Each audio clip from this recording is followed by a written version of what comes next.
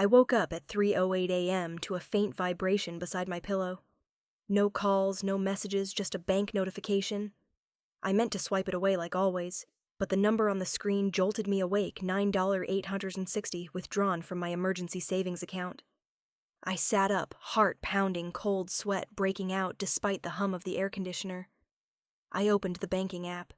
In the darkness, the screen's glow felt like it was piercing my chest. First-class flight to Mykonos. Luxury hotel with an infinity pool. Private driver. Spa. Boutique shopping. All booked under my name. I didn't cry. I didn't scream.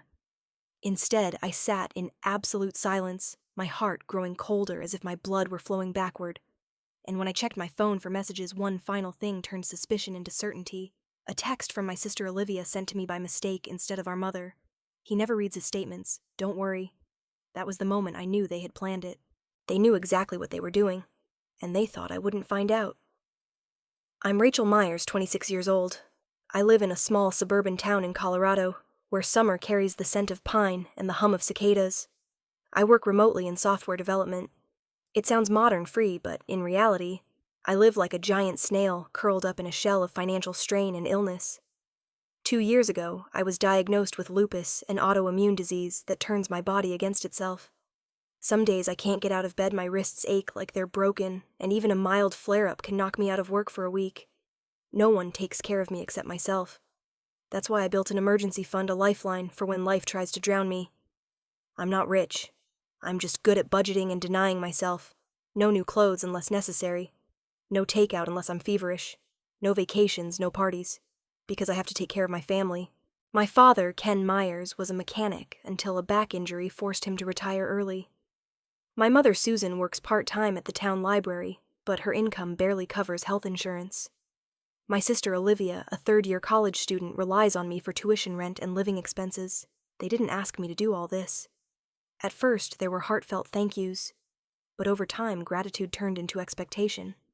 Then an unspoken entitlement. I didn't mind. I thought I was doing it out of love. And maybe a part of me hoped that if I gave enough, they'd see me. That June, when summer arrived, I suggested a family camping trip, just a drive, a few tents, some grilled food. Nothing lavish, nothing expensive. Just a chance to breathe fresh air, to be together. My mother shook her head immediately. Not this year, Rach. Everything's too expensive. We need to tighten up. My father added in his low voice, You need to save your money for when you're really sick. A trip isn't worth it. I nodded. I believed them. I didn't suspect the trip they refused was to plan another one without me. Back to reality at 3 a.m., I sat there, hands trembling, eyes glued to the transaction history. Each charge hit like a slap. $420 first-class round-trip tickets. $3,600 resort suite with sea view and infinity pool. $1,080 private driver for 7 days. $650 spa and massage for 2. $300 high-end fashion shopping. I scrolled to the contact information section. Rachel Myers. I was the one paying. I was the one betrayed. I thought about my mother saying a meal out was an unnecessary luxury while she booked a table at a Mykonos seaside restaurant where a single dish cost my week's salary. I thought about Olivia texting, Can you send next semester's tuition early? I'm worried about a deposit. Now I knew what that deposit was. Not tuition. A down payment for their vacation. I want to say I exploded with rage, but I didn't. I shattered in silence. I sat there replaying every expression, every glance, every refusal, every headshake, as if my money was too little for them, but enough to take without guilt. For the first time, I felt I wasn't part of the family. I was just a wallet, a silent bank, and I knew things could never go back to how they were. I didn't do anything that night. I just sat in the living room, lights off, staring out the window, waiting for something absurd, an apology, a confession, a hint of remorse. Nothing came. Just the dim glow of streetlights and the ticking of the clock each second, counting down to the moment I'd have to make a choice. The next morning, I'd act. The next morning, I'd become someone they'd never seen, because I was no longer the obedient, enduring, sacrificing daughter. I'd become the woman who protects herself, and that was just the beginning. I locked my accounts at 4 a.m. It took less than 5 minutes to freeze all access cancel transactions and flag every charge as fraudulent. My fingers moved with chilling precision, as if I'd rehearsed this in a dream. I didn't even tremble. Just a faint, steady heartbeat, as if my body had accepted this is the new reality. The bank called back at 4:26. I confirmed every transaction, every email, every booking code, every invoice sent to my inbox booked in my parents' names, but using my email and credit card. The representative paused for a long moment before saying slowly, "I'm so sorry, Ms. Rachel. We'll refund everything. And I've flagged this account as compromised." I thanked them and hung up. As the first light of morning slipped through the blinds, I sat alone on the sofa phone, in hand mind blank. I knew they'd come back. I didn't know when, but I knew they wouldn't let it go. They were the kind of people who saw others' silence as permission, and today I'd broken that rule of silence. At 6:02 a.m., a knock thundered on the door. I stood unhurried. The knocking grew louder, then a sharp sound cut through the air, then crashed like an explosion. I rushed to the window. My car's windshield was shattered. In the center was a large landscaping rock from our garden lodged deep in the broken glass. My father stood there, Ken Myers, in an old shirt and the rubber slippers he wore for gardening. His face was red fists clenched, pacing the yard like a caged animal. My mother, Susan, stood behind, arms raised, shouting nonstop. My sister, Olivia, leaned against the driveway, arms crossed, watching like it was a good show. I opened the door. "Come in. Want to talk. Let's talk." My father stormed in like a gust of wind. "You traitor, after everything we've done for you. That money was for the family. It was ours." I stood still. My mother pushed forward. "You've humiliated us. The whole neighborhood knows about the trip. Now they look at us like thieves. You've shamed this family." Olivia chimed in from behind. Finally, someone said it to her face. I looked at each of them. My eyes lingered on my father's hands clenched, veined, trembling. I thought about the rock, the windshield, the money. The days I lay in bed, unable to move, while they texted for a few hundred more to pay off a card. I turned away, walked down the hall, wordless, shut my bedroom door, and called 911. My voice was calm. I need to report property damage and potential threats of violence. I have full footage from my doorbell camera. Address I gave it. An officer will be there in 10 minutes. I nodded, though no one could see. I hung up. Back in the living room, I didn't kick them out. I let them keep shouting. I let them cycle through accusations. "You're selfish. Ungrateful, you're making your mother sick with shame. You've killed this family's trust." My mother cried. Olivia sneered. My father threatened. "If you walk out of this house, you're no longer my daughter." I didn't answer. I just looked at him. No hatred, no anger, just emptiness. A second knock came, 3 sharp, clear, decisive raps. I walked over, opened the door. A police officer in a dark blue uniform stood there, professional, gaze steady. I pointed to the yard. My car's windshield is smashed, the rocks still on the hood. I have video of my father throwing it. I want to press charges. No one spoke as he was led to the patrol car.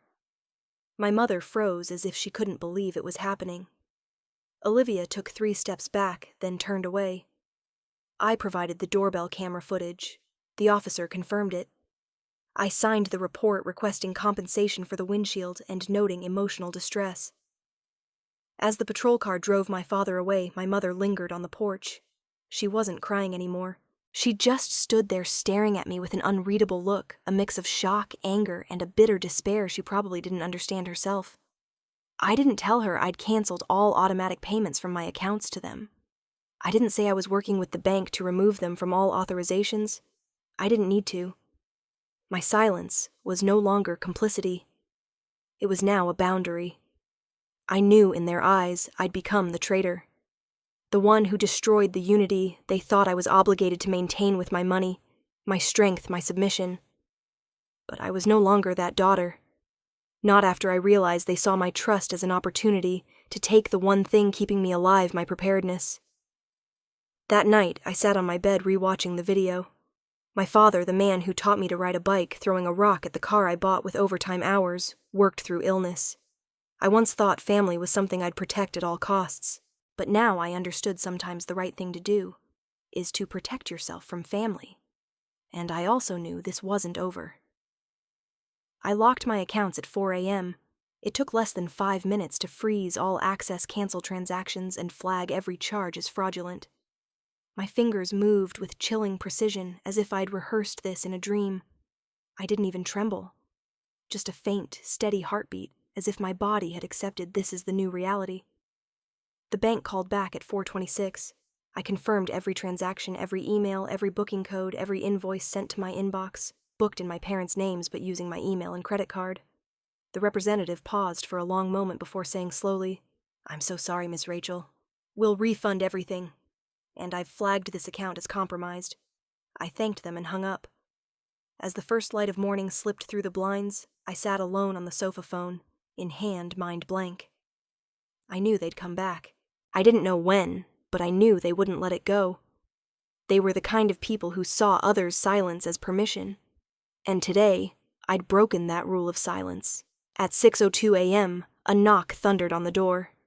I stood unhurried. The knocking grew louder, then a sharp sound cut through the air, then crashed like an explosion. I rushed to the window. My car's windshield was shattered. In the center was a large landscaping rock from our garden lodged deep in the broken glass. My father stood there, Ken Myers in an old shirt and the rubber slippers he wore for gardening. His face was red fists clenched, pacing the yard like a caged animal. My mother Susan stood behind arms raised, shouting nonstop. My sister Olivia leaned against the driveway, arms crossed, watching like it was a good show. I opened the door. "Come in. Want to talk? Let's talk." My father stormed in like a gust of wind. "You traitor, after everything we've done for you. That money was for the family." It was hours I stood still. My mother pushed forward. "You've humiliated us. The whole neighborhood knows about the trip. Now they look at us like thieves. You've shamed this family." Olivia chimed in from behind. Finally, someone said it to her face. I looked at each of them. My eyes lingered on my father's hands clenched, veined, trembling. I thought about the rock, the windshield, the money. The days I lay in bed unable to move while they texted for a few hundred more to pay off a card. I turned away, walked down the hall, wordless, shut my bedroom door, and called 911. My voice was calm. "I need to report property damage and potential threats of violence. I have full footage from my doorbell camera. Address I gave it. An officer will be there in 10 minutes. I nodded, though no one could see. I hung up. Back in the living room, I didn't kick them out. I let them keep shouting. I let them cycle through accusations. "You're selfish, ungrateful. You're making your mother sick with shame. You've killed this family's trust." My mother cried. Olivia sneered. My father threatened. "If you walk out of this house, you're no longer my daughter." I didn't answer. I just looked at him. No hatred, no anger. Just emptiness. A second knock came, 3 sharp, clear, decisive raps. I walked over, opened the door. A police officer in a dark blue uniform stood there, professional gaze steady. I pointed to the yard. My car's windshield is smashed. The rock's still on the hood. I have video of my father throwing it. I want to press charges. No one spoke as he was led to the patrol car. My mother froze as if she couldn't believe it was happening. Olivia took 3 steps back, then turned away. I provided the doorbell camera footage. The officer confirmed it. I signed the report requesting compensation for the windshield and noting emotional distress. As the patrol car drove my father away, my mother lingered on the porch. She wasn't crying anymore. She just stood there staring at me with an unreadable look, a mix of shock, anger, and a bitter despair she probably didn't understand herself. I didn't tell her I'd canceled all automatic payments from my accounts to them. I didn't say I was working with the bank to remove them from all authorizations. I didn't need to. My silence was no longer complicity. It was now a boundary. I knew in their eyes I'd become the traitor, the one who destroyed the unity they thought I was obligated to maintain with my money, my strength, my submission. But I was no longer that daughter. Not after I realized they saw my trust as an opportunity to take the one thing keeping me alive, my preparedness. That night, I sat on my bed, re-watching the video. My father, the man who taught me to ride a bike, throwing a rock at the car I bought with overtime hours, worked through illness. I once thought family was something I'd protect at all costs. But now I understood sometimes the right thing to do is to protect yourself from family. And I also knew this wasn't over. I thought when I stopped, everything else would stop too. That if I stopped providing, stopped shielding them, the cycle of exploitation would dissolve. I was wrong. Because when you've been the pillar of the house for too long, people don't just lean on you. They expect you to exist so they don't collapse. A week after the car incident, after my father was taken by police and my mother turned away in silence, I logged into my personal finance system. I'd neglected it for a while, out of trust, out of laziness, out of fear of facing the truth. It took me all morning to review everything I was carrying. Olivia's tuition, $8, $200 per semester. My parents' kitchen renovation loan I'd co-signed in 2022, with $17,000 still owed. My mother's arthritis medication auto paid from my credit card about $340 a month. Then there was supplemental insurance phone bills, family streaming accounts, and even a movie streaming subscription I'd never used once. I stared at the detailed breakdown, my heart cold as stone. Not because of the money, but because it was a precise map of paralysis where I'd placed myself as a shadow, a milestone, the one behind the scenes. I started with an email to the financial office of Olivia's university. My tone was calm, the words clear, no trace of emotion. Dear Student Services Office, I am writing to confirm the cessation of tuition funding for student Olivia Myers ID, effective immediately. For all future payments, please contact the student's family or the scholarship department directly. Sincerely, Rachel Myers. I signed my name, sent it, and unlinked my bank account from the school system. I didn't think I'd feel relieved, but I also didn't expect to feel so empty. That afternoon, my phone buzzed like it had a fever. Olivia, 7 missed calls, then a barrage of texts. What the hell are you doing? They say my tuition's been cut. Are you insane? I'm about to take exams. Answer me. Don't just go silent. I'm coming to your house. And she did. That evening, she pounded on the door like a storm. The sound of her heels on the porch echoed like accusations in her head. I didn't open the door. I didn't need to hear her to know what she'd say. That I was cruel, selfish, ruining my sister's future. She wouldn't ask why. She wouldn't take responsibility. Because to Olivia, I was always a walking, smiling bank that never said no. When her shouting turned to sobbing, then faded, I stood in the living room peering through the curtains. She was crouched by the driveway, head bowed, shoulders trembling. I felt the urge to go out, hug her, say everything would be okay, that I'd help again if she'd just stopped being part of their scheme. But I didn't. Because if I did, I'd destroy the boundary I'd built with every wound before it. I turned back and kept going. The next day, I called the pharmacy. I want to stop the auto payment for this month's prescription for patient Susan Myers, order number 91378. Are you the primary payer? I was. Not anymore. Any reason, ma'am? I paused. There is. But it doesn't need to be said. Please transfer the payment back to the patient. I hung up. They didn't need to know, and I didn't need them to. This wasn't revenge. It was liberation. I kept going. Called the bank about the kitchen loan co-signature. Sent evidence, the vandalism report, the camera footage, the compromised bank statements, and the disownment letter sent to my house. They went silent for a while, then responded. Based on the provided documentation and current circumstances, we confirm that Rachel Myers is released from cosigner status. The loan will be transferred to the full responsibility of Ken and Susan Myers. I exhaled. For the first time in years, I felt like I'd pulled my foot from quicksand. 3 days later, I received a thick envelope with no sender listed. Inside was a typed letter signed by my parents. Not a single line began with, "We're sorry." Not one mention of taking the money, vandalizing my property, or hurting me. Instead, cold phrases. You have caused irreparable damage to this family's honor. Your actions show ingratitude, cruelty, and moral failure. From this moment, we no longer consider you our daughter. I folded the letter, carefully, placed it in the drawer with my medical records, prescriptions, and bank statements from the day nearly $10,000 was taken for a vacation they never asked permission for. Not to keep as a memento, but to remind myself their silence about my pain had spoken through words, ink, and signatures. I didn't cry. Not because I wasn't sad, but because I'd cried silently too many times before. Now I chose a different rebellion coldness as a shield. Because I knew they'd try to come back. People used to living off others' sacrifices don't easily accept refusal. But I'd started. And I wasn't turning back. I stopped waiting for anyone.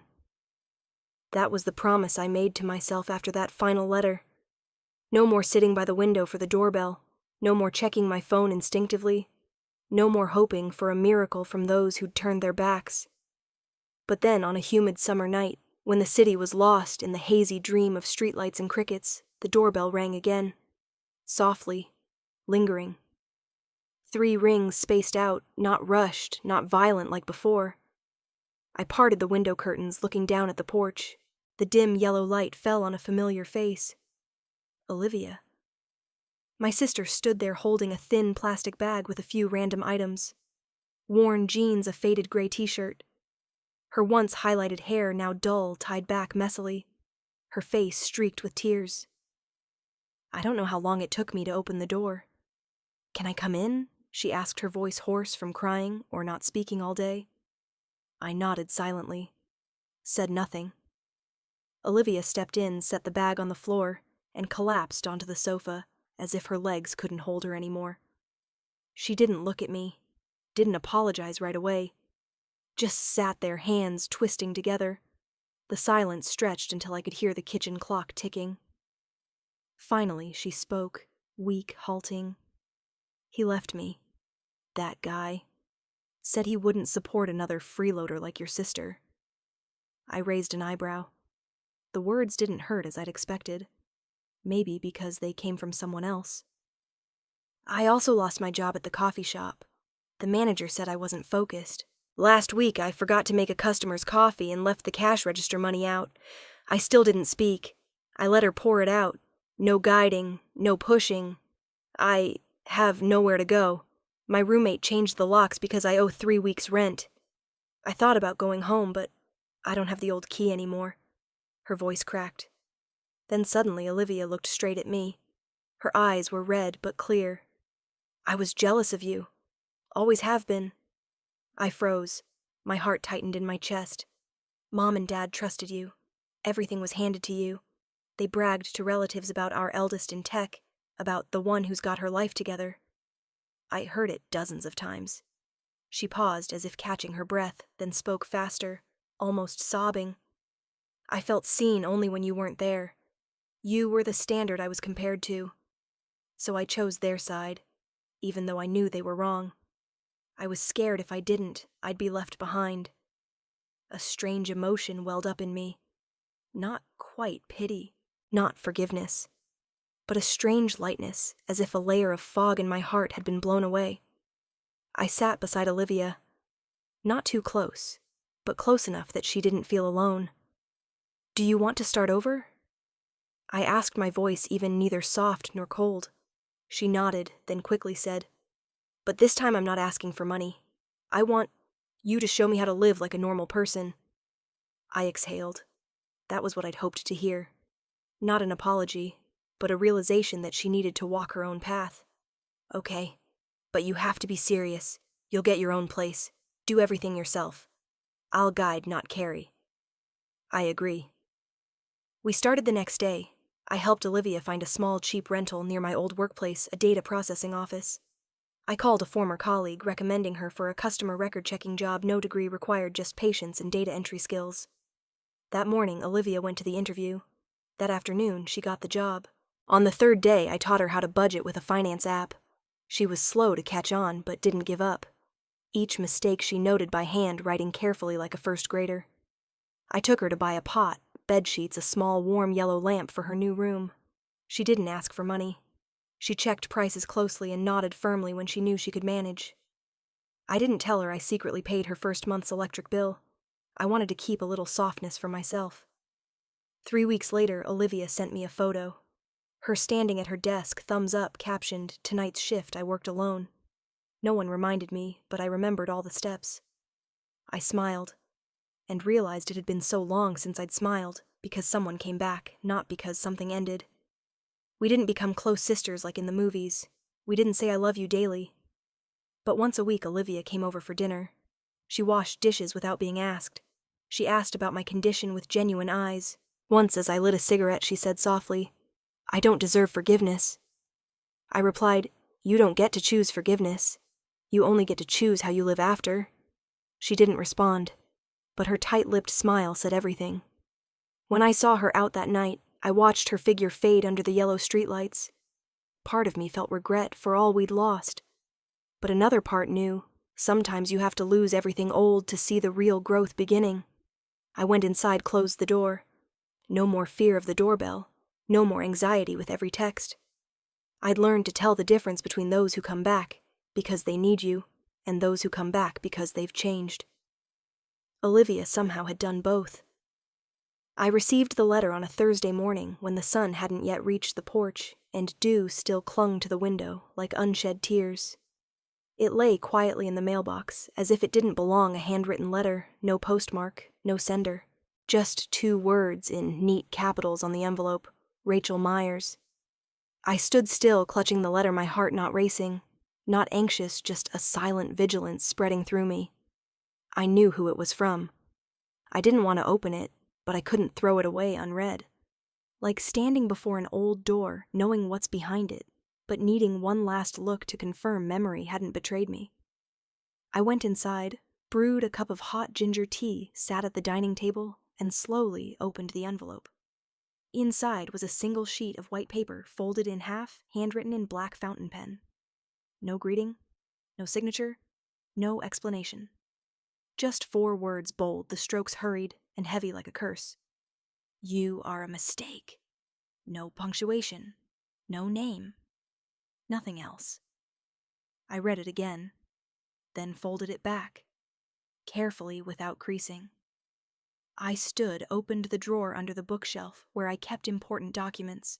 That drawer held not just my medical records and lupus prescriptions, but also the disownment letter from my parents, and the bank statements from the day nearly $10,000 was taken for their unapproved vacation. I placed the new letter with them, aligned it neatly like additional evidence not for the law, but for me. So I'd never forget who they chose to become, and what I survived to walk away from. I didn't cry, didn't rage, didn't hurt like the first time. Just a quiet stillness in my heart, like someone had flipped off an emotional switch. 3 days later, I got a text from an old neighbor, Mrs. Mallory, who still sent me Christmas cards, despite only talking a few times when we lived near each other. "Rachel, I don't know if I should tell you this, but this morning I passed by 5th Street and saw your parents. They were sitting outside a cheap motel with 2 plastic bags. They didn't look okay. Attached was a photo taken quickly through a car window. I zoomed in. It was them, my parents. My father sat hunched forward, elbows on his knees, hands cradling his head. My mother leaned against the wall, staring into the distance, her face haggard and stiff. Beside them were 2 plastic bags, one supermarket green, one opaque white, torn on one side. No car, no suitcases, nothing suggesting a stopover. I looked at the photo for a long time. Not because I doubted it, but because I didn't know what I was supposed to feel. I remembered last summer when I sent them $3,000 for a new roof, and my father used part of it to gamble. I remembered dinners Olivia didn't eat hot because I had to send money for my mother's medication. I remembered my mother's voice.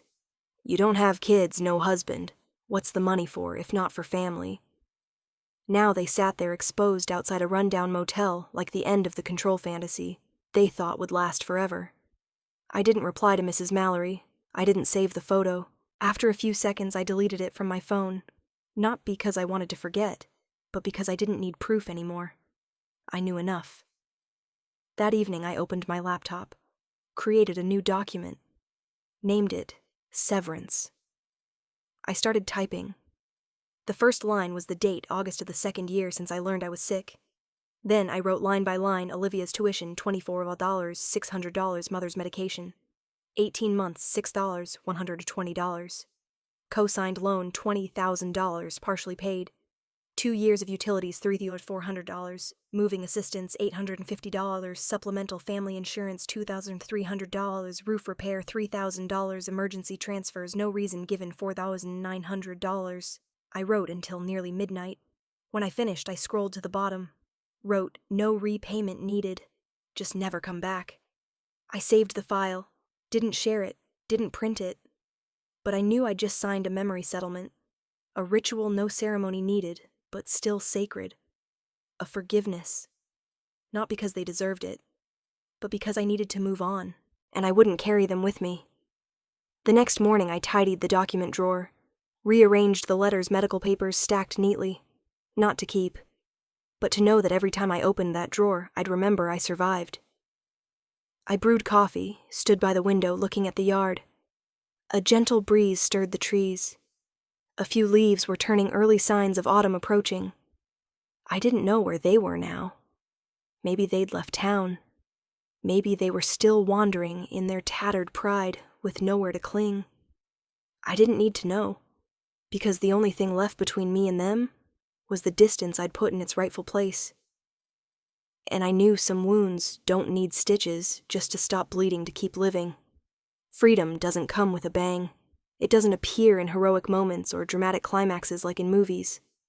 For me, freedom began on an autumn morning when I saw my father's name still listed as my emergency contact on my medical records. I don't know why I forgot to remove it. Maybe I was too busy, or I'd stopped noticing old details. But seeing his name on the screen, I realized there were still thin threads tying me to the past, and I hadn't fully stepped out of their shadow.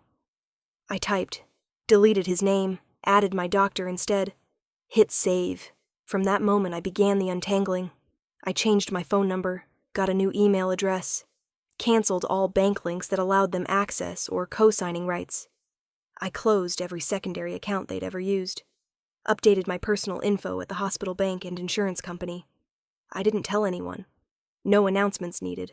Just quiet steps like cleaning a storage room at season's end, clearing out dust mold items I thought mattered, but were really just burdens. By late September, I moved. The old house where I lived, feeling watched by the people I supported, was left behind like a folded page. The new apartment was smaller, but morning sunlight poured through a large window. Each morning, I woke to birds' kids biking by and the smell of coffee from the unit downstairs. For the first time in years, I wasn't afraid to open my eyes. I started exercising again 20 minutes a day. Not to change my body or build perfect habits, but to feel my heartbeat like an old friend I hadn't seen in years. I returned to therapy. My therapist, a reserved middle-aged woman with warm eyes, no longer asked, "Why does it hurt?" She asked, "Have you been kind to yourself today?" That question, simple to the point of absurdity, made me cry for the first time in months. Not from sadness, but because I realized I'd never been my own priority. The next month, I revived my old podcast where I once shared personal finance tips, but this time I told stories. No real names, no private details. Just snippets about people exploited by family, about being called selfish for stopping payments. I didn't say who I was, but listeners knew. They sent emails, thank yous, said they felt understood, that they'd been through the same, that they no longer felt alone. Each message was a mirror, not reflecting my face, but the existence of thousands like me, quiet, resilient, learning to survive after losing their own families. One early November day, Olivia came to my place. She stood at the door, a slight but proud smile. I got a scholarship, a research program in Minnesota. I'm moving next month. I was happy and sad. Though our relationship would never be what it once was, I knew my sister, the one who laughed when I called the police, who screamed at my door over cut tuition, was now a different person. We had a simple dinner. Didn't talk much. When I saw her out, I hugged her long. "Thank you," Olivia said, voice trembling. Not for forgiving me, but for not belittling me when I came back. I smiled faintly. "I didn't need your apology. I just needed you not to become them." She nodded, eyes welling. As her figure faded down the leaf-strewn street, I went inside, quietly. No regret, no longing. That night I wrote a letter, didn't send it, didn't sign it. Wrote it for myself, the girl who was their daughter, Olivia's sister, the one who carried a family on a shoulder, aching from illness and silence. I wrote I didn't lose my family. I just refused to stay a victim. I folded the letter, placed it in the drawer, next to the old ones, next to the medical records, next to all that was once a burden. But this time, I knew I was storing it to let it go. When winter arrived, I sat by the window with a mug of hot cocoa, listening to an old podcast episode. There are people who only love you when you're useful. When you stop serving them, you'll see the true shape of family. But don't let that fool you. Family isn't just blood. Family is where you're seen, heard, and allowed to be yourself. I smiled, turned off the speaker, set the mug down. No one called. No one sent letters. No one crossed the boundary I'd set. And I realized that was peace. Not because everything became perfect, but because for the first time in my life, I knew I didn't need anyone to be whole. My story isn't a tragedy, but an awakening. It's not about betrayal, but boundaries. Not dwelling on pain, but emphasizing sometimes to be kind to yourself, you have to say enough. I spent years learning that family can't exist without respect, that love can't be one-sided, and kindness can't be an obligation, and that forgiveness isn't for the deserving, it's for your own peace. If you've been through something similar, if you've had to choose between keeping a relationship and keeping yourself, I hope you know you're not alone, and you're not wrong for choosing to walk away. Thank you for listening to this story. If you see yourself in it, leave a comment, share your thoughts, or just a note saying, I'm here. Don't forget to follow the channel for more stories where we heal little by little together.